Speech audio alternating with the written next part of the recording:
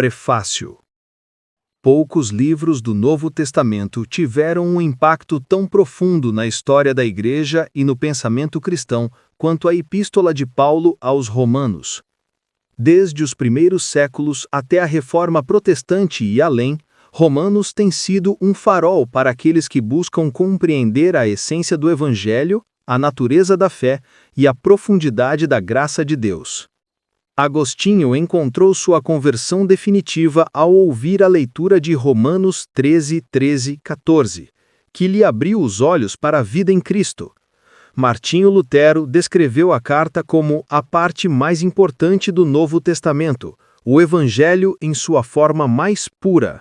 João Wesley, após ouvir a introdução de Lutero à carta, teve o coração estranhamente aquecido, experiência que transformou sua vida e deu início a um movimento de renovação espiritual. Esses testemunhos históricos não são meros acidentes, mas indicam a força extraordinária desta carta na formação da consciência cristã ao longo dos séculos. O objetivo deste estudo não é apenas oferecer informações acadêmicas, mas possibilitar que o leitor entre em contato com a profundidade do pensamento paulino. Paulo não escreve como um filósofo abstrato, mas como um apóstolo apaixonado que vê no Evangelho a revelação do poder de Deus para a salvação de todo aquele que crê. Romanos 1:16. Cada linha desta epístola carrega consigo a marca de uma vida transformada pela graça e de uma mente moldada pelas Escrituras hebraicas e pela experiência viva com Cristo ressuscitado. Este trabalho se propõe a 3 caminhos complementares: exegético-crítico, examinar o texto em seu contexto histórico, literário e teológico, respeitando o grego original e as nuances culturais do mundo greco-romano, teológico-devocional, compreender como estas verdades de Romanos falam ainda hoje ao coração humano, confrontando nossas dúvidas, pecados e esperanças, histórico-prático, perceber como esta carta moldou eras inteiras da história da Igreja e continua a desafiar a fé cristã em nosso tempo. Não se trata de um comentário técnico voltado apenas para estudiosos, mas de um estudo que, como William Barclay buscava, pretende ser claro, acessível e inspirador, para que qualquer leitor que ame as Escrituras possa compreender e aplicar seus ensinamentos. Se Romanos é, como muitos afirmam, a coroa das epístolas de Paulo, então este estudo é uma tentativa humilde de polir algumas de suas joias e oferecê-las ao leitor moderno para que brilhem com a mesma intensidade que transformaram vidas ao longo da história. Introdução geral ao Novo Testamento. O Novo Testamento é, para o cristianismo, o coração pulsante da fé. É nele que se encontra o testemunho mais direto sobre a vida, morte e ressurreição de Jesus Cristo, bem como o reflexo das primeiras comunidades que surgiram em seu nome. Se o Antigo Testamento nos oferece as raízes históricas e teológicas da fé de Israel, o Novo Testamento nos apresenta o florescimento dessa promessa em Jesus e o impacto transformador que ele causou no mundo. 1. O cânon do Novo Testamento. O Novo Testamento é composto por 27 livros, escritos originalmente em grego koiné, a língua comum do Império Romano, acessível ao povo do Mediterrâneo. Esses escritos não nasceram como uma coleção pronta, mas foram produzidos em contextos diferentes em comunidades diversas. A formação do cânon não foi imediata. Durante os primeiros séculos, várias igrejas utilizavam coleções distintas de evangelhos, cartas e escritos. Apenas no século IV, o cânon atual foi reconhecido amplamente, com a lista apresentada por Atanásio em sua carta festal de 367 d.C. Assim, o Novo Testamento é fruto de uma tradição viva e da experiência da Igreja em discernir os textos que expressavam de forma autêntica a fé apostólica. 2. Os grandes blocos literários. O Novo Testamento não é um livro único, mas uma biblioteca. Ele reúne gêneros literários distintos que, juntos, apresentam a riqueza da fé cristã. Os evangelhos, Mateus, Marcos, Lucas e João, testemunhos da vida e ensino de Jesus, cada um com sua perspectiva teológica e pastoral. Atos dos Apóstolos, narrativa do crescimento da Igreja, especialmente do ministério de Pedro e Paulo. As Epístolas Paulinas, cartas escritas por Paulo, autênticas e de escola paulina, para orientar, corrigir e encorajar as comunidades cristãs. As Epístolas Gerais, cartas atribuídas a outros apóstolos, Pedro, João, Tiago e Judas, com exortações práticas e teológicas. O Apocalipse, livro profético e simbólico que encoraja a fidelidade em meio à perseguição. Cada grupo de escritos responde a uma necessidade concreta das primeiras comunidades, revelando que o cristianismo não nasceu de tratados dogmáticos, mas de experiências vivas, dúvidas reais e desafios históricos. 3. O contexto histórico. O Novo Testamento nasceu em um tempo de intensas transformações. 3 mundos se cruzavam. O mundo judaico, base das primeiras comunidades, com sua expectativa messiânica, suas escrituras e sua fé no Deus único. O mundo grego, que forneceu a língua, a filosofia e a lógica com que o cristianismo se expressou. O mundo romano, que deu às estradas a ordem administrativa e, paradoxalmente, a perseguição sobre a qual a Igreja cresceu. Esses 3 universos se entrelaçam nas páginas do Novo Testamento, fazendo dele um testemunho único da interação entre fé e história. 4. A centralidade de Cristo. Embora seja composto de diferentes livros, o Novo Testamento possui uma unidade essencial: Jesus Cristo. Ele é o centro em torno do qual todas as narrativas e cartas gravitam. Os evangelhos o apresentam como o cumprimento das promessas de Deus, as cartas explicam o significado de sua obra redentora, Atos mostra como seu espírito continuou atuando e o Apocalipse revela sua vitória final sobre o mal. Como disse Lutero, o que conduz a Cristo, isso é o Evangelho. O Novo Testamento é, acima de tudo, uma confissão de fé em Jesus como Senhor e Salvador. 5. O propósito do Novo Testamento. O Novo Testamento não foi escrito como um manual de história ou um compêndio de filosofia. Seu objetivo é profundamente pastoral: alimentar a fé, formar comunidades e inspirar a vida cristã. Ele é um testemunho vivo que continua a falar em todas as épocas, porque trata daquilo que é universal e eterno, a relação do ser humano com Deus revelado em Cristo. Introdução às Cartas Paulinas. As cartas de Paulo são, sem dúvida, o conjunto de escritos mais influente do cristianismo primitivo.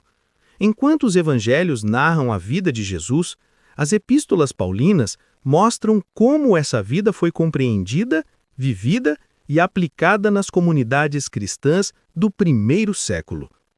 Paulo foi não apenas um missionário, mas também um pensador de extraordinária profundidade. Suas cartas não são tratados acadêmicos frios, mas respostas vivas a situações concretas, problemas éticos, divisões comunitárias, perseguições, crises de fé e perguntas teológicas. Ao escrevê-las, Paulo abriu seu coração e sua mente, oferecendo à igreja de todos os tempos um testemunho vibrante do que significa viver em Cristo. 1. O papel de Paulo na igreja primitiva.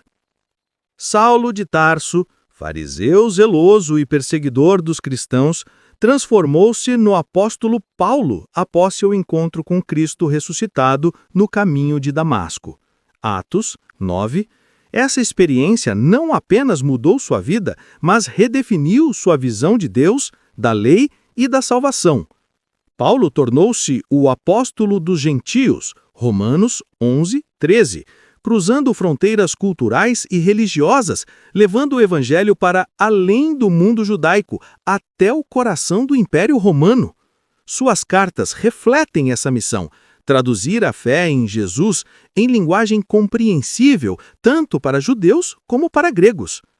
2. O contexto epistolar. No mundo antigo, a carta era um meio comum de comunicação. Porém, Paulo adaptou esse gênero para fins espirituais. Ele escrevia para orientar comunidades, 1 Coríntios, para defender o Evangelho, Gálatas, para consolar e encorajar, 1 Tessalonicenses, para tratar de questões pessoais e pastorais, Filemon, Timóteo e Tito. Diferente de um tratado filosófico, suas cartas são pessoais, carregadas de emoção, às vezes ditadas a secretários, Romanos 16, 22, e destinadas à leitura pública nas igrejas. 3. Autenticidade das cartas. A tradição reconhece 13 cartas de Paulo no Novo Testamento. Os estudiosos geralmente as dividem em 3 grupos. Cartas autênticas, escritas por Paulo, Romanos, 1º e 2º Coríntios, Gálatas, Filipenses, 1º Tessalonicenses, Filemon. Cartas deuteropaulinas, escritas possivelmente por discípulos em seu nome, refletindo sua teologia, 2º Tessalonicenses, Colossenses e Efésios. Cartas pastorais, 1º e 2º Timóteo, Tito. Alguns estudiosos as consideram posteriores, escritas no espírito de Paulo para orientar líderes da igreja. Independentemente dessa discussão, todas foram preservadas pela igreja porque expressavam de forma autêntica a fé apostólica. 4. Temas centrais da teologia paulina. Embora cada carta tenha seu contexto específico, alguns temas percorrem todo o pensamento paulino. Justificação pela fé. O ser humano é aceito por Deus não por méritos da lei, mas pela graça, mediante a fé em Cristo. Romanos 3, 28. A vida no Espírito. A nova existência do cristão é guiada pelo Espírito Santo, que liberta da escravidão do pecado e conduz à santidade. Romanos 8, Gálatas 5. A igreja como corpo de Cristo. Os cristãos formam uma nova comunidade unida em amor e diversidade. 1 Coríntios 12. A cruz e a ressurreição. O centro da fé não é a sabedoria humana, mas o escândalo da cruz e a vitória da ressurreição. 1 Coríntios 1, 18 e 25. A esperança escatológica. Paulo olha para a consumação da história, quando Cristo retornará e Deus será tudo em todos. 1 Tessalonicenses 4, 1 Coríntios 15. 5. A importância das cartas paulinas. As cartas de Paulo não apenas ajudaram a igreja primitiva a se organizar e a manter a fé diante das pressões externas, mas também se tornaram fundamento teológico para todas as gerações seguintes. Elas revelam um cristianismo vivo, que dialoga com o seu tempo sem perder a essência do Evangelho. Romanos, em particular, é considerada a mais sistemática e completa de suas cartas. Se nas outras Paulo responde a problemas específicos, em Romanos ele expõe de forma organizada o coração de sua teologia, como se apresentasse um testamento espiritual ao mundo. Introdução à carta aos Romanos.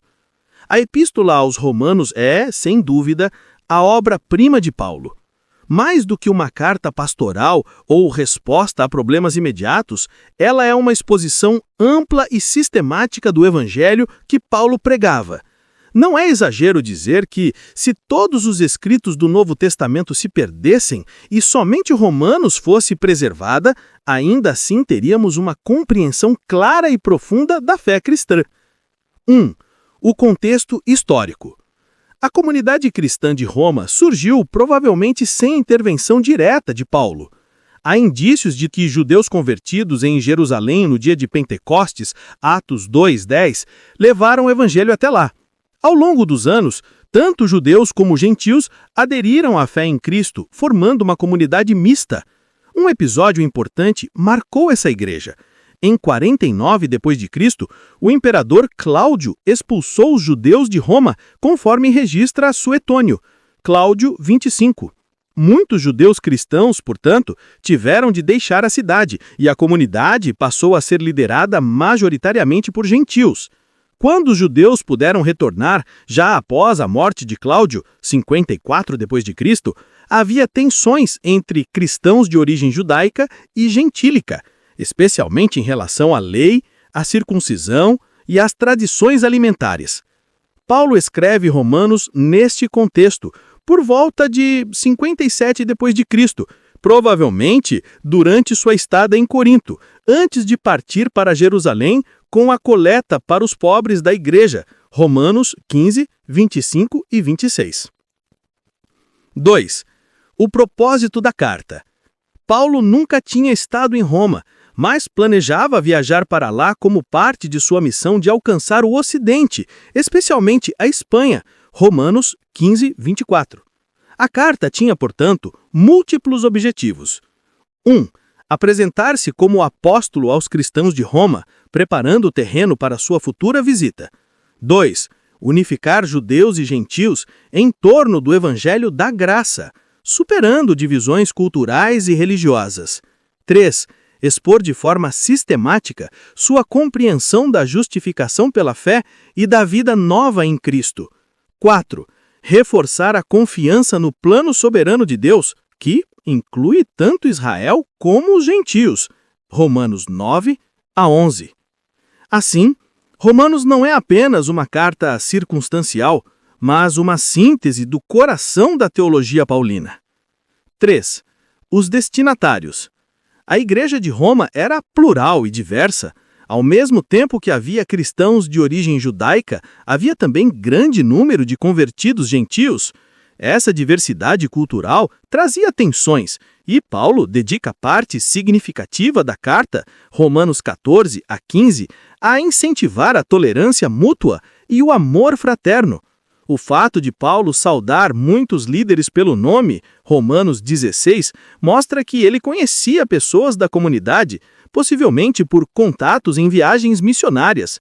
Entre esses nomes aparecem tanto judeus como gentios, homens e mulheres, senhores e escravos, um retrato vívido da nova família que o Evangelho formava. 4. Estrutura literária. Romanos é mais sistemática do que qualquer outra carta de Paulo. Seu esboço principal pode ser visto assim.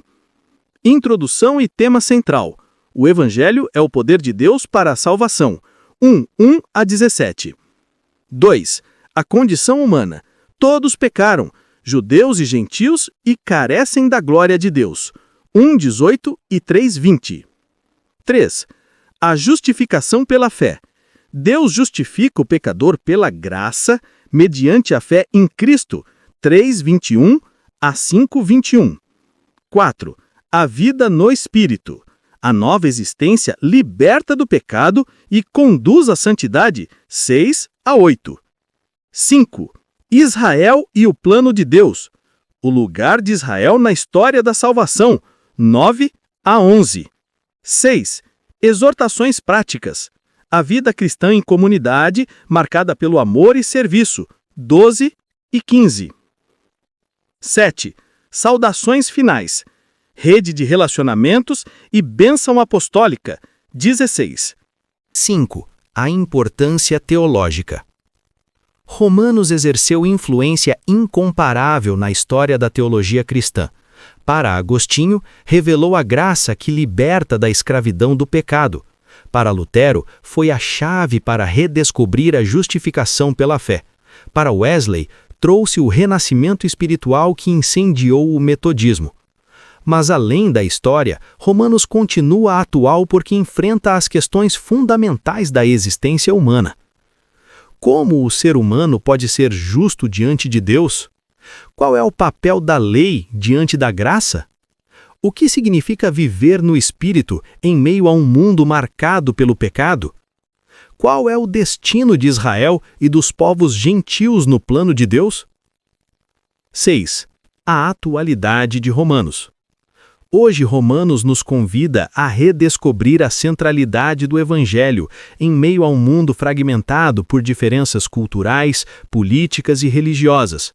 Ele nos lembra que a justiça de Deus não é um peso imposto ao ser humano, mas um dom de amor que nos alcança em Cristo. Assim, Romanos não é apenas uma carta do passado, mas uma palavra viva para o presente, um chamado à fé, à esperança e à unidade no corpo de Cristo.